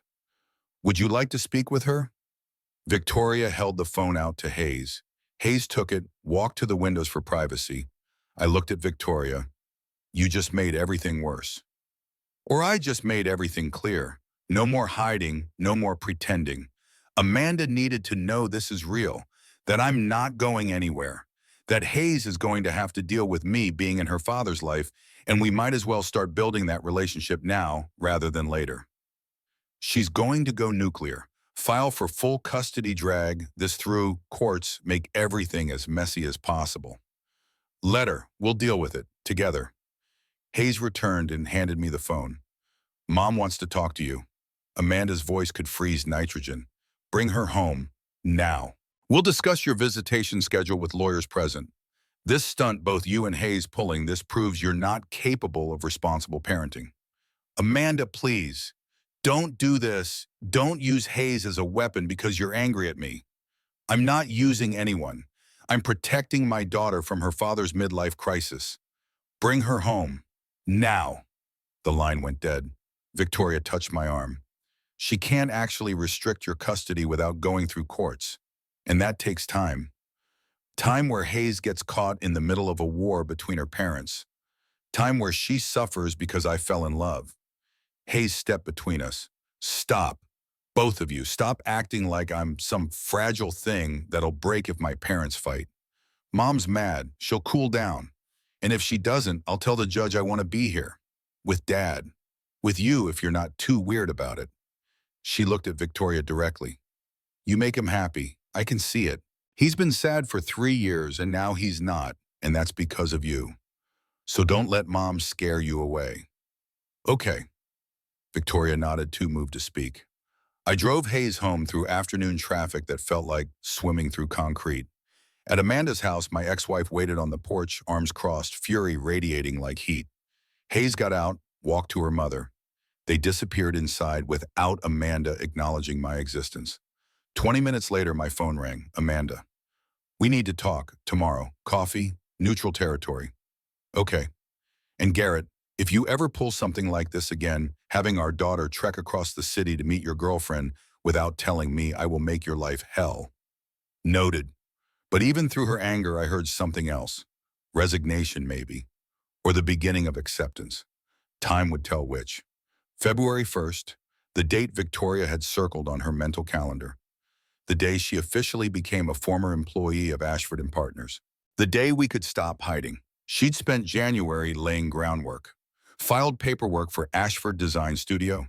Rented a small office space in the art district. Hired a part-time assistant. Built a website showcasing those designs from her leather portfolio. And she'd asked me to join as a partner. Equal equity, equal say. Building something together from the ground up. I'd accepted on January 15th, signing papers that made it official. We were partners in every sense now. Professional, romantic, legally bound in ways that should have terrified me, but felt like coming home. March 3rd, Amanda asked to meet for coffee. Not to fight, the text said, to talk. We sat in a Starbucks in Boulder neutral territory, both wary. She looked tired, older than I remembered, or maybe I just hadn't really looked at her in years. Hayes talks about Victoria constantly. Amanda stirred her latte without drinking it. About their design sessions, about learning architecture software, about building model buildings from cardboard and hot glue. She's been great with Hayes, better than I expected. I wanted to hate her, spent all of January trying to cast her as the villain in this story, the other woman who stole my ex-husband and confused my daughter. Amanda. Let me finish. I wanted to hate her, but I can't. Because Hayes is happy. Actually happy, not just pretending. She talks about you differently now. Like you're a real father instead of an obligation. The words hit harder than anger would have. I'm trying, finally trying. She looked up, met my eyes. You're succeeding. And as much as it kills me to admit this, Victoria is good for you. Good for Hayes. She's not trying to replace me or compete with me. She's just there, present, which is more than you ever managed while we were married. I know, I'm sorry. I don't need apologies anymore, Garrett. I need you to keep showing up. Keep putting Hayes first. Keep being this version of yourself that actually gives a damn about something other than career advancement. That's the plan, she nodded slowly. Then I'm not fighting you on custody. Joint 50-50. But if you backslide, if you start missing Hayes's events or breaking promises, I will revisit this. Clear. Crystal. We finished our coffee in easier silence. Not friends exactly, but no longer enemies either. Co-parents doing their best with the mess we'd made.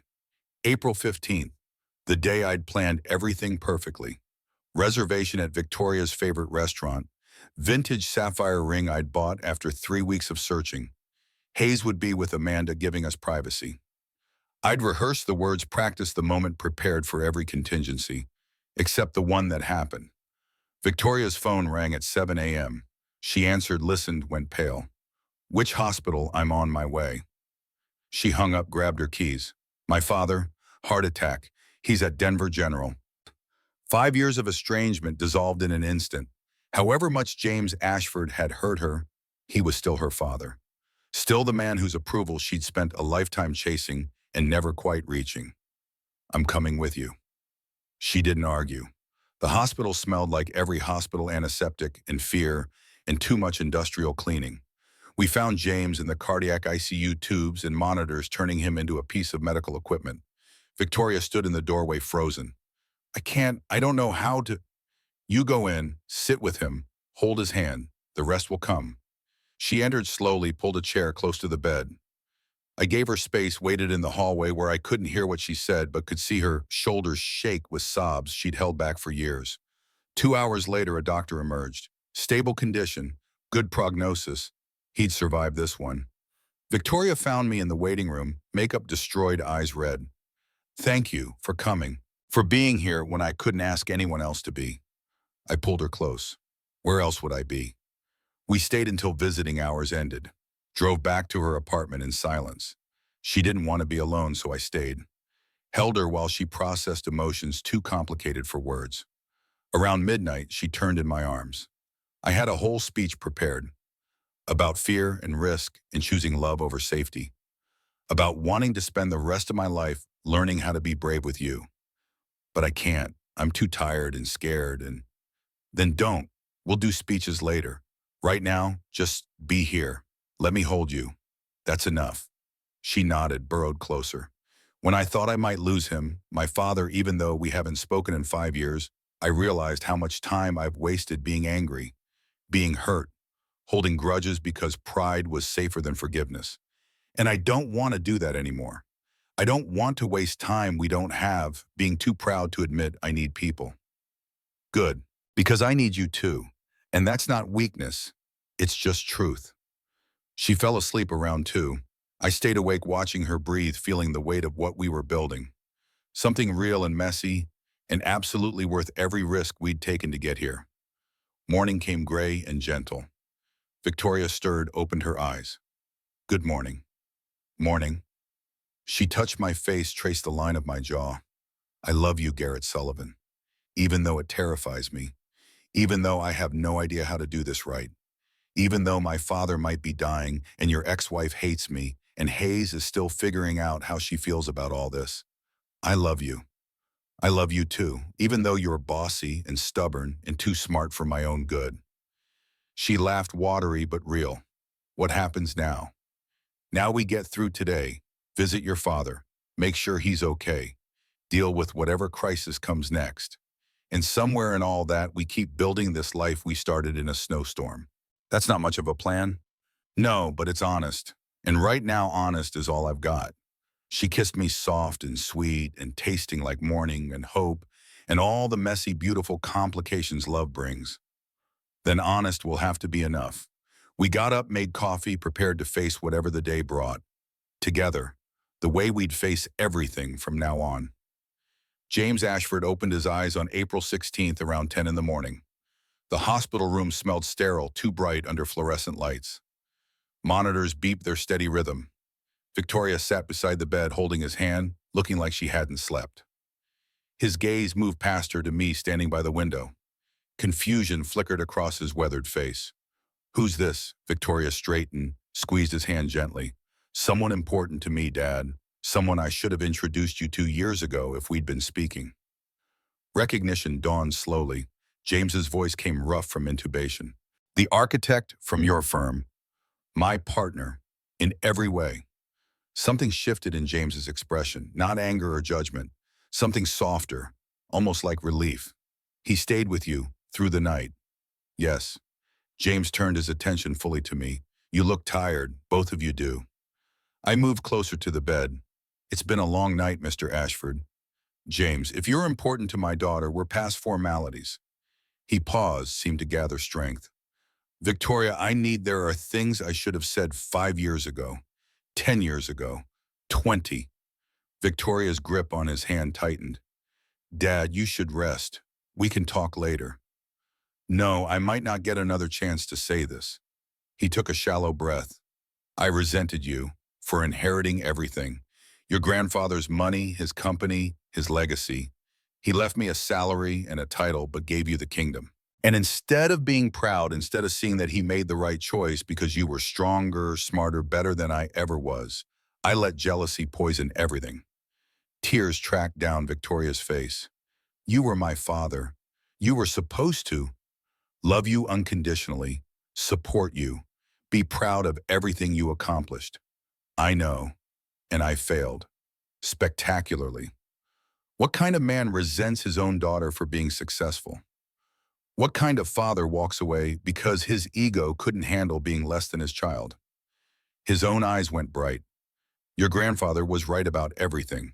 He saw what I couldn't, that you had his vision, his drive, his integrity, that you'd build something extraordinary if given the chance. And you did, despite me, despite every obstacle I threw in your path by being absent when you needed me most. Victoria's voice broke. I just wanted you to be proud of me. Just once. That's all I ever wanted. I was always proud of you. I was just too damaged by my own inadequacy to admit it, too wrapped up in my failure to celebrate your success. He looked at me. You make her happy. Really happy. Not just comfortable. I'm trying to every day. Good, because she deserves someone who sees how extraordinary she is. Someone who doesn't feel threatened by her brilliance but celebrates it. He turned back to Victoria. I've wasted 5 years being proud from a distance when I should have been telling you to your face. I'm sorry, sweetheart, for all of it. Victoria collapsed forward, sobbing into the thin hospital blanket. James lifted his other hand, the one not connected to an IV, and touched her hair like he used to when she was small. I love you, Victoria. I always have. I just forgot how to show it. I stepped outside, gave them privacy for reconciliation too intimate for witnesses. Sat in the hallway on plastic chairs designed to discourage comfort and felt the weight of what I'd just witnessed. A family knitting itself back together after years of tearing apart. 20 minutes later, Victoria emerged. Her face was blotchy makeup destroyed again, but something in her posture had shifted, like she'd been carrying weight for decades and finally set it down. He wants to meet Hayes, says any granddaughter of his deserves to know her grandfather. That's Victoria, that's wonderful. I know. It's terrifying and wonderful, and I don't know how to feel about any of it except grateful that he's alive to have the chance. We stayed at the hospital until evening, visiting hours ended. Drove back to her apartment, where she immediately fell asleep in her clothes, exhausted by emotion and sleeplessness. I called Hayes, explained what happened. Her response came immediate. Is Victoria okay? Not asking about me or the situation or what it meant for us. Just genuine concern for someone she'd decided to care about. She will be. It's complicated, but good complicated. Tell her I'm thinking about her. And Dad, I'm proud of you for being there, for showing up. After we hung up, I sat in Victoria's dark living room, looking out at Denver's glittering skyline, thinking about families and forgiveness and how quickly everything could change. The ring box in my coat pocket felt like it weighed 10 pounds. I'd planned tonight down to the minute. Perfect restaurant, perfect words, perfect moment. But perfection didn't matter anymore. What mattered was being present for the messy, imperfect reality of the life we were building. April 17th, 3 in the morning. Victoria couldn't sleep, kept getting up to check her phone for updates from the hospital. I finally convinced her to eat something. We found ourselves in the hospital cafeteria, the only place open at this hour. Vending machine coffee and stale muffins, fluorescent lights humming overhead, a janitor mopping floors in the corner. Not romantic, not planned, not anything close to what I'd imagined, which made it perfect. I pulled the ring box from my pocket, set it on the scarred table between us. Victoria stared at it like it might explode. Garrett, what? I was going to do this last night. Had reservations at that French place you love. Candles, wine, probably too much money spent on ambiance. A whole speech I'd been practicing for weeks.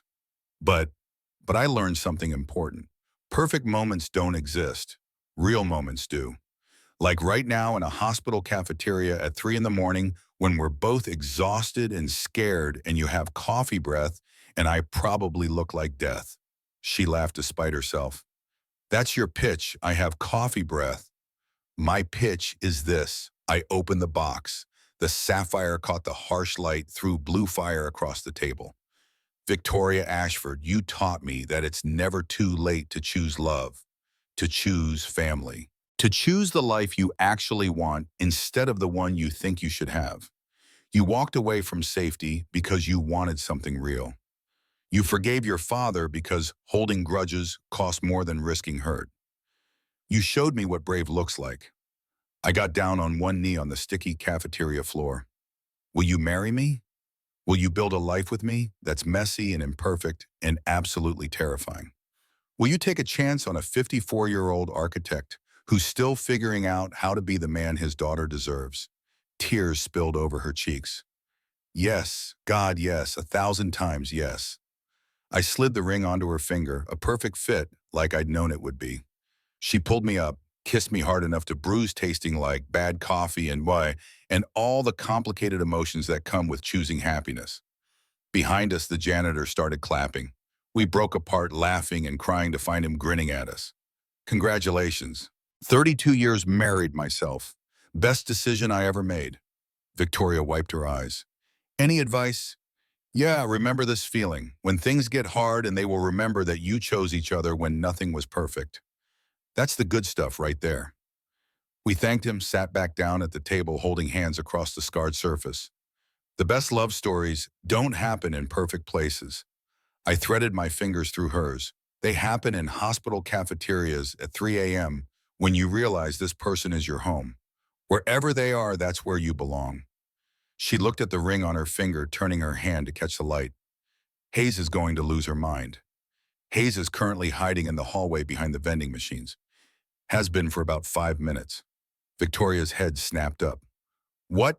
Hayes emerged, grinning wider than I'd seen in years. I knew it. I knew you were going to propose. Dad's been weird for weeks and kept checking his coat pocket, and I just knew. Victoria stood open to her arms. Hayes crashed into her without hesitation.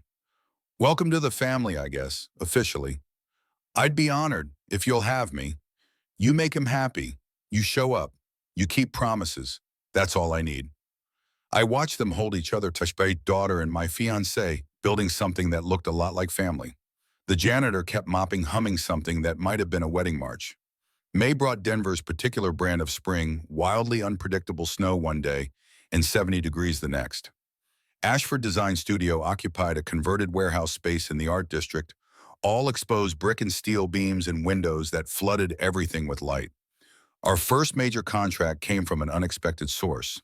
A developer in Boulder wanted to build an eco-friendly residential community, 30 homes, all sustainable materials, solar power, rainwater collection, the works. The kind of project that mattered beyond profit margins.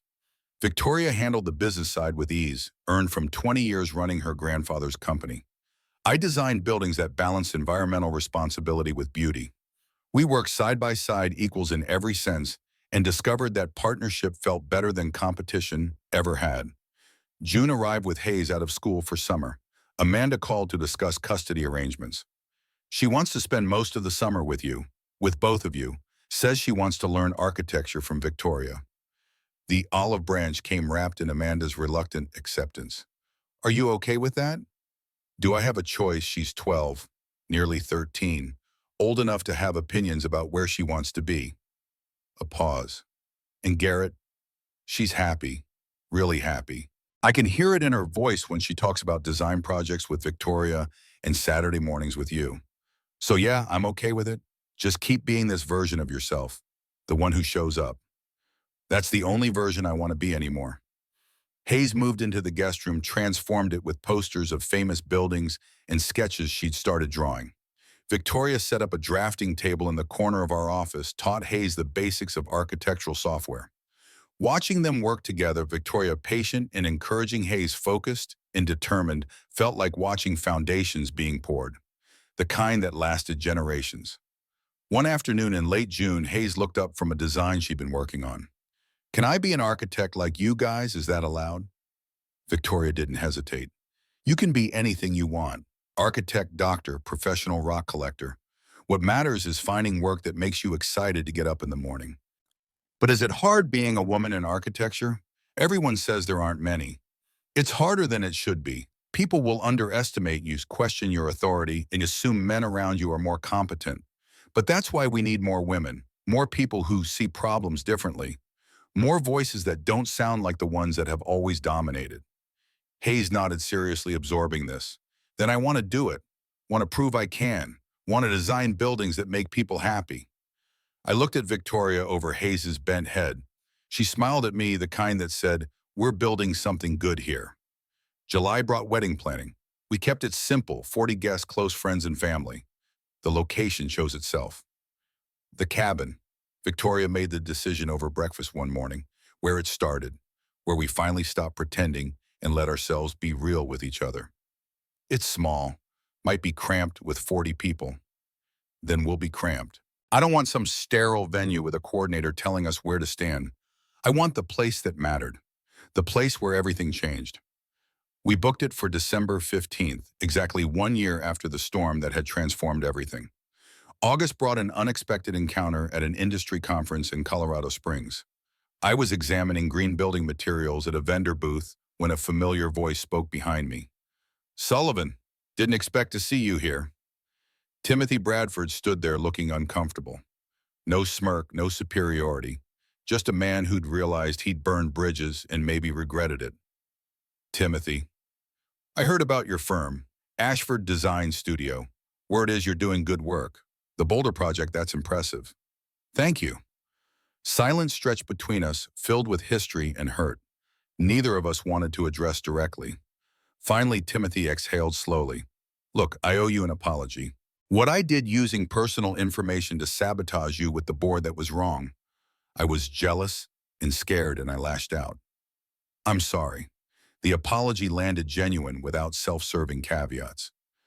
"You did me a favor, actually. Pushed me to take risks I'd been avoiding. Built something that's mine instead of fighting for scraps. You're happier now, aren't you?" The question held no mockery, just honest curiosity. "Happier than I've ever been." "Good, I'm glad." He shifted his weight. "The Riverside project is behind schedule, way behind. The Dubai investors are threatening to pull funding. And honestly, it's because I tried to do it alone. Refused to collaborate, insisted my vision was the only one that mattered. Classic mistake." I waited. "Would Ashford Design be interested in consulting? Coming in, fixing what's broken, getting us back on track? I'll clear it with the board. Pay whatever rate you want. I need help. And you're the best designer I know, even if I was too proud to admit it before." The request caught me off guard. Timothy Bradford asking for help felt like snow in July, unexpected but real. "I'll discuss it with my partner. If Victoria agrees and the terms are right, we might consider it." He nodded, relieved. "Thank you, really, and congratulations on the engagement. Victoria's a good woman. Better than I gave her credit for." After he left, I called Victoria. Timothy Bradford just apologized and asked us to consult on Riverside. Her laugh came sharp and delighted. "Did he now?" "What did you tell him?" "That I'd discuss it with my partner." "Smart man." "Here's my answer: only if we do it together. Only if they pay double our going rate. And only if Timothy publicly credits our work. No hiding behind his name, no taking credit for our fixes. We're partners, equals. That's non-negotiable." "I'll let him know." "Good, and Garrett, I'm proud of you. for handling that with grace instead of letting past wounds dictate present choices. 3 days later, Timothy agreed to all terms. We signed the contract, dove into fixing problems he'd created through ego and stubbornness. The work challenged us, pushed our skills, proved we could handle pressure without falling apart. September through November passed in a blur of work and wedding preparation and building the life we'd chosen. Hayes split time between Amanda's house and Victoria's apartment, settling into a routine that felt stable instead of fractured. Victoria's father recovered slowly, started attending Sunday dinners at Victoria's place. The first time he met Hayes, he cried and apologized for missing 12 years of being a grandfather. Hayes, with the directness only kids possess, looked him straight in the eye. "You're here now, that's what matters." Simple wisdom that shamed us all. December 15th arrived cold and crystalline. The cabin looked like something from a snow globe, white everywhere. Icicles hanging from the eaves, smoke curling from the chimney. We decorated simply. Evergreen garlands, white lights, chairs arranged in semicircles facing the fireplace. 40 guests arrived in waves, colleagues from the old firm who'd stayed friends, fellow architects. Victoria respected Amanda, and her new boyfriend, David Hayes' friends, who'd become invested in this love story through Hayes' constant updates. James Ashford wore a suit that hung loose on his thinner frame, but stood straight and proud, ready to walk his daughter down a makeshift aisle toward a future he'd almost missed entirely. I stood by the fireplace where Victoria and I had first held hands, where we'd confessed fears and admitted love, where everything had started. Hayes stood beside me as maid of honor, wearing a dress she'd picked herself, grinning so wide her face might split. The music started, not a wedding march, but the song Victoria said she'd been playing the night she called me from her empty apartment on Christmas Eve. Soft and aching and perfect.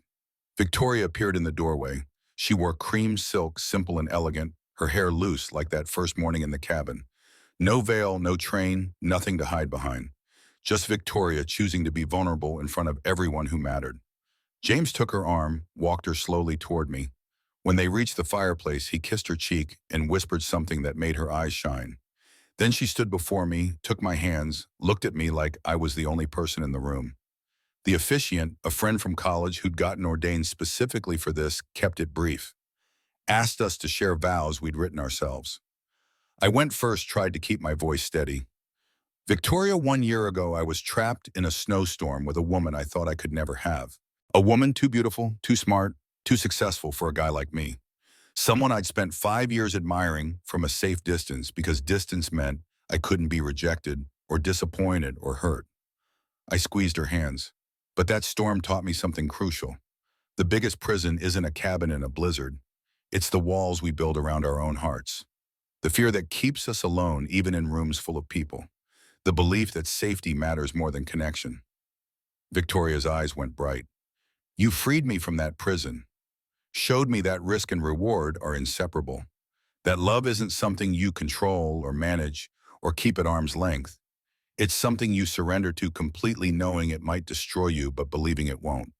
I promise to spend every day making sure you never regret choosing me, to show up when it matters, to be your partner in every sense, to build a life with you that's worthy of the courage you showed by letting me in." Victoria took a shaky breath, started her own vows. "Garrett, I spent 48 years building walls, protecting myself from hurt, from loss, from love itself. After my mother died, after my father withdrew, after my fiancé betrayed me, I decided safety was better than connection.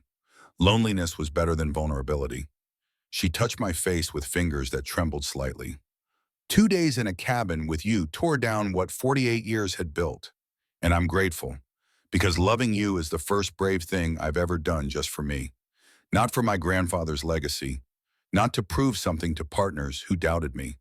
Not because it made strategic sense, but because you make me want to be brave. You make me want to try.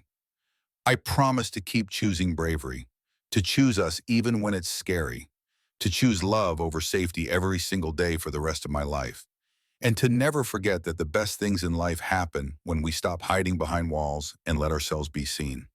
Hayes sniffled loudly beside me. Half the guests were crying openly.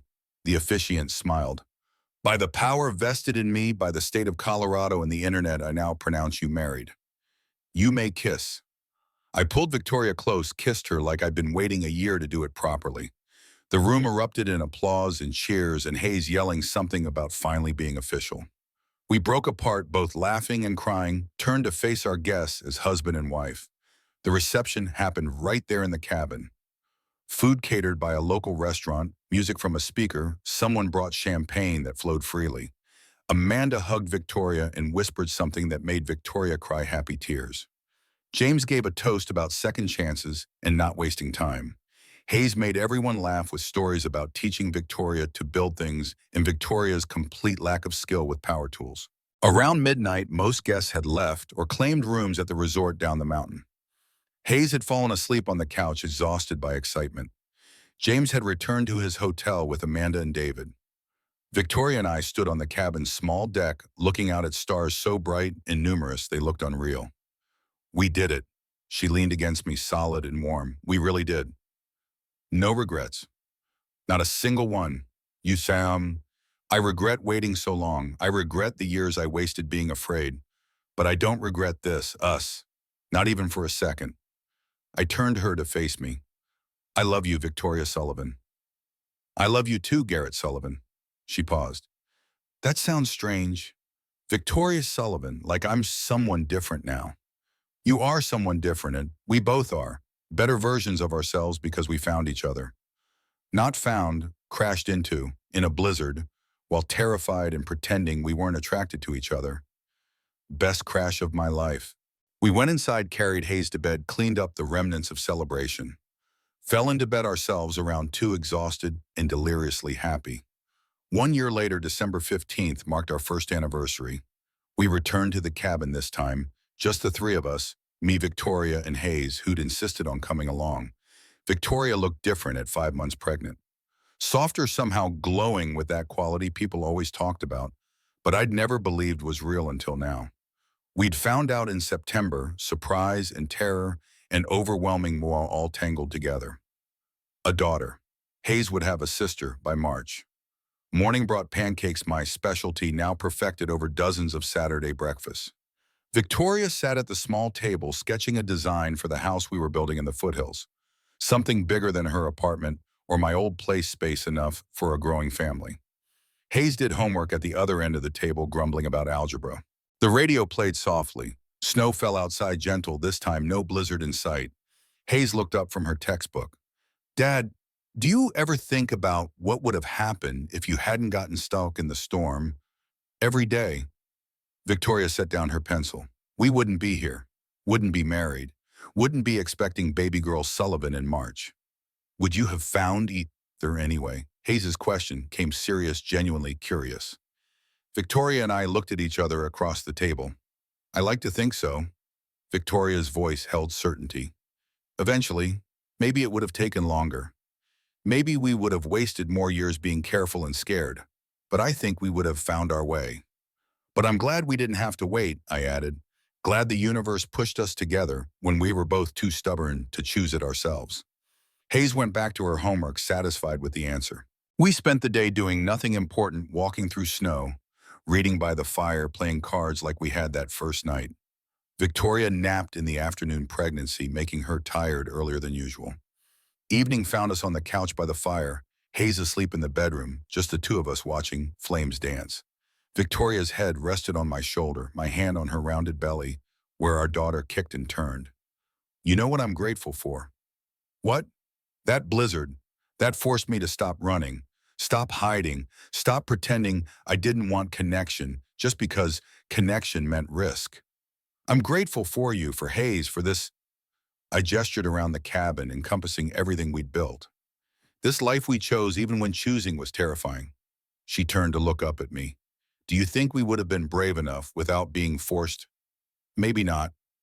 Maybe we needed nature to strip away our excuses, make it impossible to maintain distance, put us in a situation where pretending wasn't an option.